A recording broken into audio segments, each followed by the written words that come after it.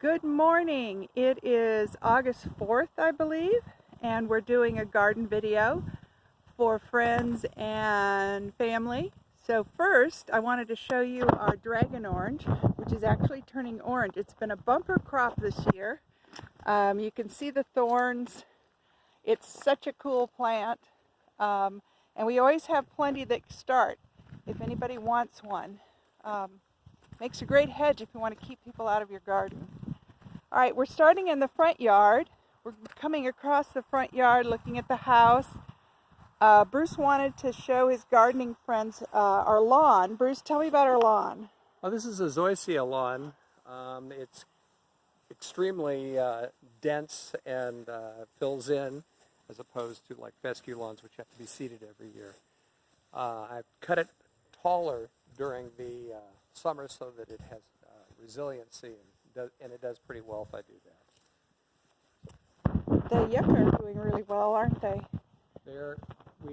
I had to spray them systemically to kill that bug it's called yucca bug. Yeah, it's a little square, almost a square beetle. It looks like they're pretty free. Yeah, I think we've done pretty well this year as far And as. how tall were these when we planted them?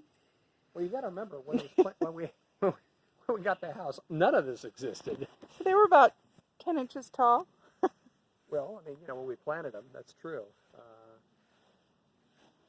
I have projects that are in the upping, like the rock that is back down that way. It's supposed to come this way through, but I managed to break my wrist, so I'm not doing a lot of hauling of rock at this point.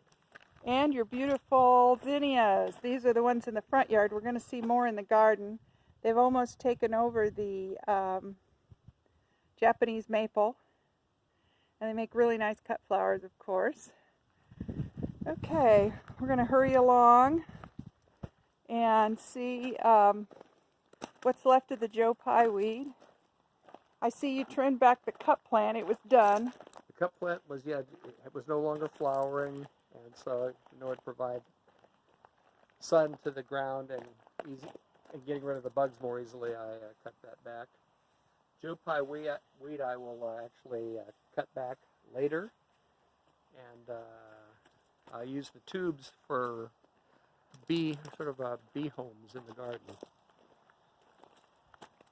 And we're going into the inner yard where the puppy's domain, and we have 3 camellias, and one of them has a problem. So here's a nice healthy green camellia. That's japonica. Mm-hmm. Japonica, and you can see the leaves, dark green, glossy. But if we come next door, you'll notice the foliage is a little bit less and mottled. Yeah. Mottled, and we're going to try to do a close-up. And what is this, Bruce, you found out? This is a scale. This is T-scale. I've treated it already with a pyrethrum type product, and then there's also a soil drench, which is systemic, which will actually help it. But this treatment is only done the last 3 days, and I should have caught this earlier. But we're in the process of fixing it. I'm watching the other camellias to see if it's transferred. They look pretty dark green, so. So far, so good, but I'm watching. Good.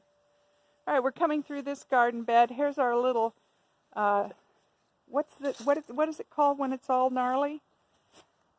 Well, this one's it's a gnarly camellia. It's supposed to be a small camellia. It's supposed to have a drooping configuration versus an upright configuration. And it's almost like a filbert. The branches are gnarly. I can't wait to see. Did it bloom last year? I'm not sure. Because it's got lots of blooms on it. Buds on it this year. Oh, this is the ginger, which is coming up. We've got ginger here, here, and here. Yep, that's ginger. This is and this plant right here is one of the drooping red buds. Only it's not red. It's a variegated white. And there's our milkweed. You can see its seed pods and this you want to be careful at this stage.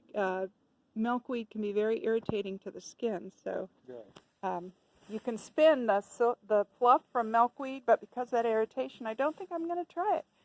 All right, so If you didn't know, Karen is a spinner. She spins fiber. all right, we're going to go quickie through the herb garden. This I can never remember what variety of sage is this? This is the pineapple sage. Pineapple sage. It's about 5 feet tall. It's a fall bloomer. And the bees love it. It's one of the few It's fall. just coming on. All the other things are about ready to leave, but it's coming on. And the onions, even though they're a nuisance because they're bunch onions and they grow in everything, the blooms are pretty this time of year. And they, the bees, good pollinator. This is our violets. My goodness, they've really taken off. Yeah, the violets have done well. The iris will have to be split this year. The red drooping red bud are kind of our picturesque part of the garden. All right. It's done well too. We had problems with it with a leaf curler, but it's doing better now. The new bed is doing really well. Our little Althea is, the chickweed has taken over, but that's fine. We can fix that. That's the weed that we like to say is born pregnant. It's hard to control, but you can work on it. But anyway, we planted some iris we just got in. So those will be blooming next fall. We've got a Rebecca. Those are coneflowers. This isn't another Althea, is it? No, this No, is it's a viburnum. We have two varieties of viburnum.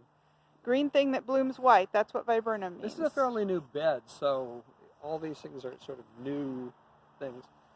That one didn't make it. We had another one of those, and so I put a. And this is another good pollinator plant. Do you know the name of it? Blooms purple. I could do. Ah, he's got the tag. It is Mexican hyssop. Yeah. Cool. I like it. It's like a little bitty butterfly bush. All right. All right, we're going to stop this video because it's 7 minutes long, and that's about what my memory can do. So we'll start part 2 in a second.